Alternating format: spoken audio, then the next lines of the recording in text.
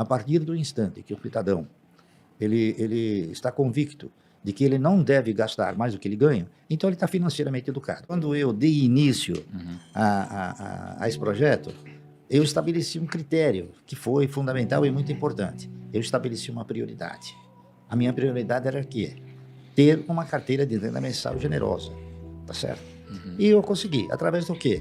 Através de privilegiar esse comportamento. Então, a prioridade era o seguinte, a prioridade ela foi fazendo com que eu fosse progressivamente administrando os meus egos e posteriormente controlando esses egos. Então, cada vez que tinha alguma compra ou algum procedimento fora desse critério aí, eu perguntava, me diga uma coisa, isso aqui é minha prioridade? Eu falava, não, então não compro.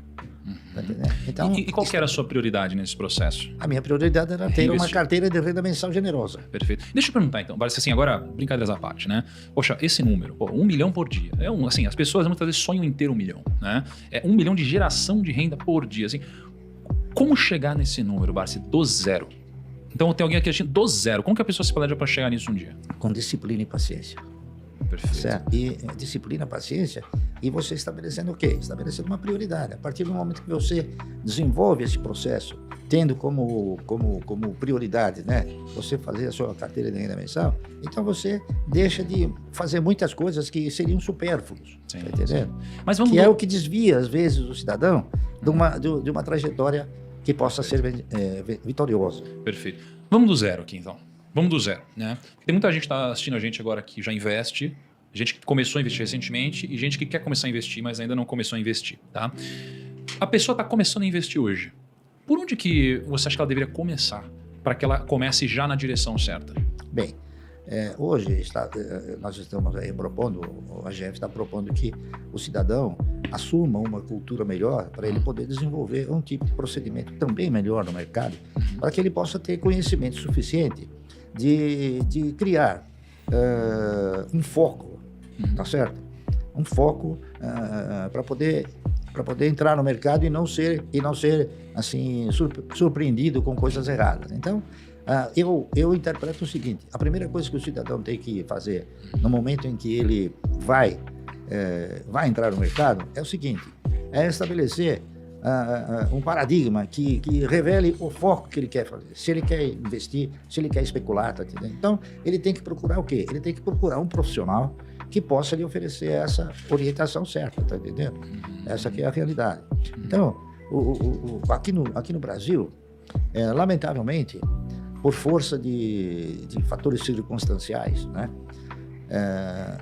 A maioria das sociedades corretoras, elas têm uma necessidade premente de fazer com que o cidadão que vá operar, que gire os negócios, não é isso? Porque elas vivem do quê? Elas vivem de corretagem. Elas não vivem de investimento, elas vivem de corretagem.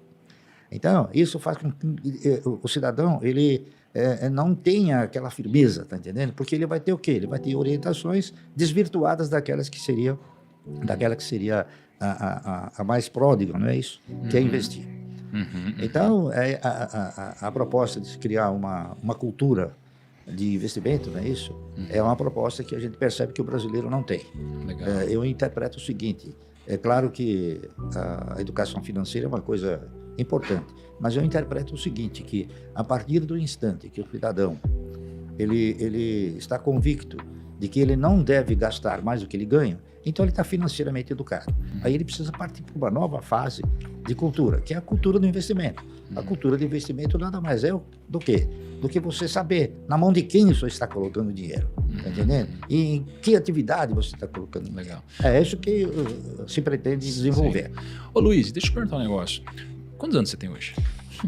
27. 27? Carregando, quase Caramba, 28. com uma bela bagagem. Parabéns. Obrigada.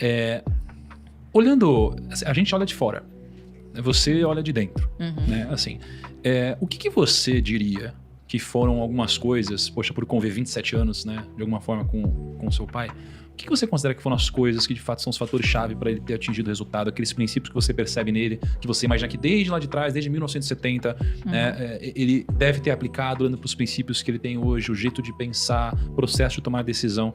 O que nesse processo você acha que é responsável pelo resultado que ele colhe hoje? Olha, o mercado mudou muito desde a época em que ele começou, mas infelizmente as pessoas continuam cometendo o mesmo erro, né? Lá atrás, havia uma dificuldade muito grande de você ter acesso às informações. Então, quem era profissional de mercado e quem realmente se interessava, ia nas empresas, né, recortava lá o papelzinho, ia buscar o seu dividendo, enfim, buscava a informação, é quem geralmente acabava se dando bem, né?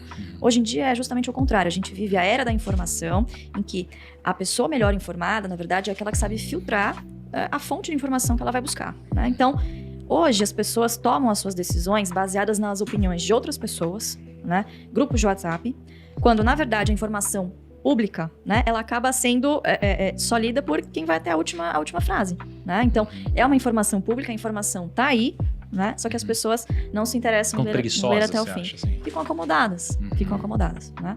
Então, eu acho que grande parte do sucesso dele se deve a uma coisa, disciplina, né? Não só de aportar, mas de sempre estar buscando o aprendizado e informações de qualidade, conversando com a empresa.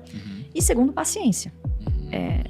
Por muitos anos, ele esteve errado, vamos dizer assim, com a Unipar, né? Então, ele comprou, o papel não subia. Muitas pessoas desistiram no meio do caminho. Isso aqui não sobe, isso aqui não sai do lugar, isso aqui não se mexe. E 10 anos depois, a empresa se resolveu, a conjuntura também do país melhorou, né? E a empresa seguiu a trajetória que lá atrás ele tinha vislumbrado. Como que ele fez isso? Sem nenhum segredo.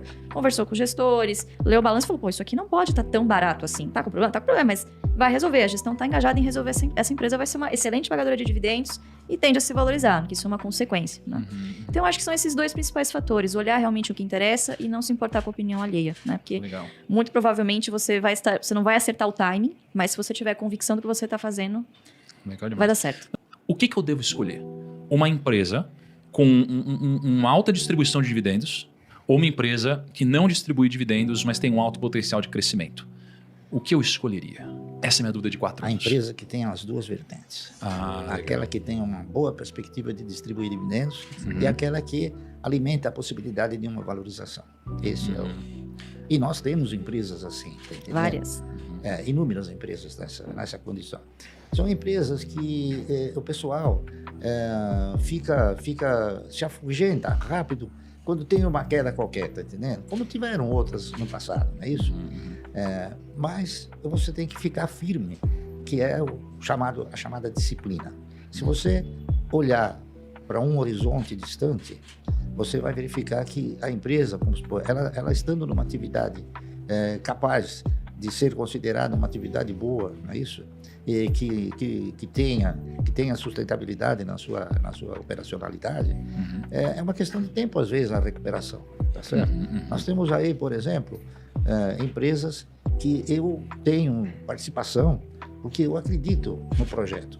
O projeto é um projeto consistente. A Paranapanema, por exemplo, é um projeto, é uma planta que tem mais de 1.300.000 metros quadrados. E é uma atividade que, além de ser uma atividade perene, é uma atividade que vislumbra um futuro promissor, com a questão do carro elétrico. Então, vai existir uma possibilidade de se consumir mais cobre, tá entendendo? Então, eu investi na Paranapanema, tenho ações da Paranapanema, discuto Paranapanema, tá certo? E, com certeza, a Paranapanema está tentando encontrar uma trajetória, um caminho que proporcione a ela um crescimento capaz de acumular esses dois fatores que você acabou de citar. Que ela volte a pagar dividendos e que ela tenha uma perspectiva de valorização muito boa. Porque, na verdade, hoje uma ação da Paranapanema custa 33 centavos. Entendendo? Comparativamente. Então, 33 centavos é muito menos do que muita coisa que você consome. Um café, R$10, tá entendendo? Se você começa a fazer comparativo, fala, pô, isso aqui tá de graça. É verdade, né? Compro um café ou 30 ações de Paranapanema? Exatamente. Aí que tá. É a questão do quê? É a questão de você priorizar. Né? Não por isso a gente vai deixar de tomar um café, mas é aquela prioridade. Legal. Então, outro papel que eu interpreto que também tenha uma possibilidade boa, uma perspectiva boa pela frente, por exemplo, ações de empresa que você paga sem consumir. Esse é o melhor negócio do mundo. Você paga sem consumir? Isso. Por exemplo, o seguro. Você faz um seguro e reza porque não tenha Você pagou e não consumiu. Tá entendendo? É verdade, ninguém quer usar o seguro. Então a IRB está nessa trajetória.